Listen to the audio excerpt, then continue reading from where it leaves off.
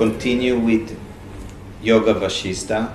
As a result of rising of pure wisdom, one's consciousness moves in the reality. He comes, basically, he has a particular order here, if I'm following. He is talking about the yearning. The yearning is awakened, yeah? Pure wish to attain liberation. That's the natural yearning for self-awareness. It leads to serious inquiry. Means serious inquiry is sincere inquiry. You truly want to find the truth about what appears to be true. And then, when the truth, which is yourself, shines through, your attention is anchored in that because that's your nature, that's your interest, that's your yearning. And as a result of the rising of pure wisdom is awareness, shine through. One's consciousness moves in the reality. The mind abides in awareness. Basically, he's describing the journey for the mind to return back to yourself. Yearning, inquiry, attention is fixed within awareness, the wisdom, pure wisdom rising, and the mind is moving into yourself. So that's what they would sometimes refer to as surrender. Yeah, except surrender, a lot of times we have a negative connotation around it. Only in war. War, that's already a big one. Because even between couples there can be a war. Each one wants to be right, each one wants the other to be different, because the personality doesn't really love another, it wants something from the other. So in the beginning, when they are just getting with each other, they love each other just the way it is. And once they get acquainted, they want the other to be different. Except that's the disease of the separate self. It has nothing to do with another. Wanting the reality to be different. That's the disease, because it's outward bent. Yeah. And because it's the desire, means it's wanting what you don't have. So now it can be projected on another, can be projected on the body, it can be projected on the state of mind. I don't want to have these thoughts, I don't want to have this experience, that means I want to have different kind of thoughts, so I'm at war again. I'm at war with the body because I want it to be different.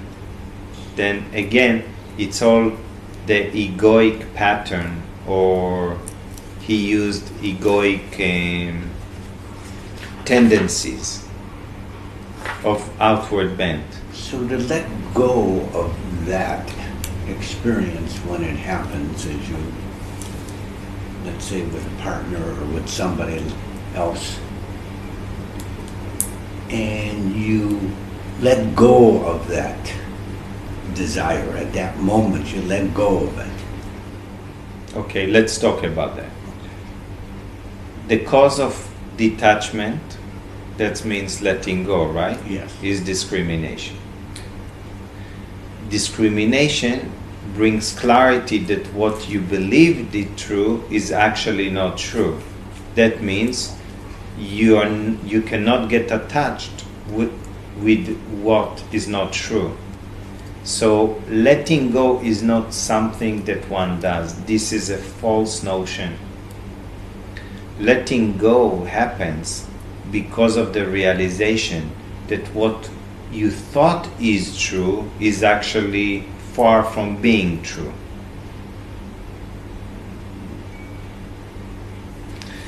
Clarity prevails. That means you thought that you want the partner to be different because you thought that the partner is affecting you. When clarity prevails, you realize it's your belief that is affecting you and not the partner at all. If you come to realize that the beliefs through discrimination is not real, then you cannot get attached to the belief anymore. It disappears, and then the partner remains just the way it is. So in that moment, you are Discriminate. This is an experience of discrimination. Yeah. The experience begins, I really want you to be different. And as I question the belief, I come to realize that the belief, first of all, I realize that it's not you that is affecting me, it's the belief I have that you should be different affecting me.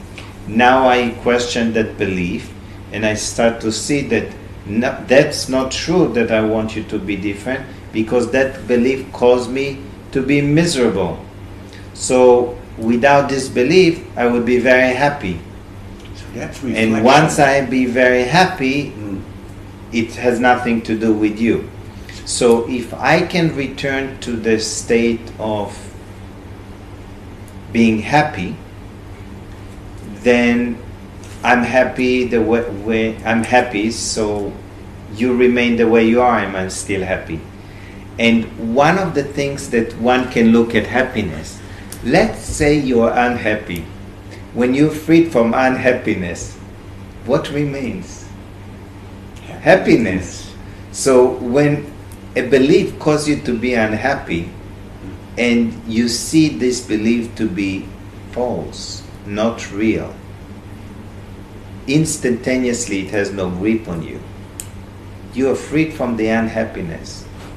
You remain as happiness itself. Let's take that into this world that we are sharing. And I want her to be different or him to be different. But I see that this is going to cause a problem. So I drop it. What is happening then? Means you didn't drop it because you had clarity to see that it's a defect. You shifted the attention from it. So inquiry can come in, for example, who is aware of this desire?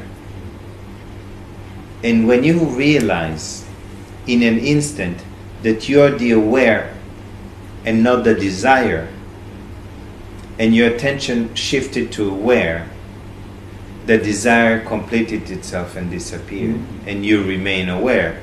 That's, one would say, you dropped it. Did you really drop it? Or all that happened, desire appeared, nobody followed it, you didn't cooperate with it, you didn't give it any attention, any energy, you shifted the attention from it, it subsided and disappeared. And the more you see it, the desire loses the charge. In the beginning, let's say you see it, and you examine and it subsides, and then a moment later, because it's still charged, it comes up again. And you have to go through the whole process again. And then it is seen as not real, and it subsides, and then it's just waiting in the corner. And then it pops up again. The more it is going to be questioned, and the attention will be shifted from it because of clear seeing, direct seeing.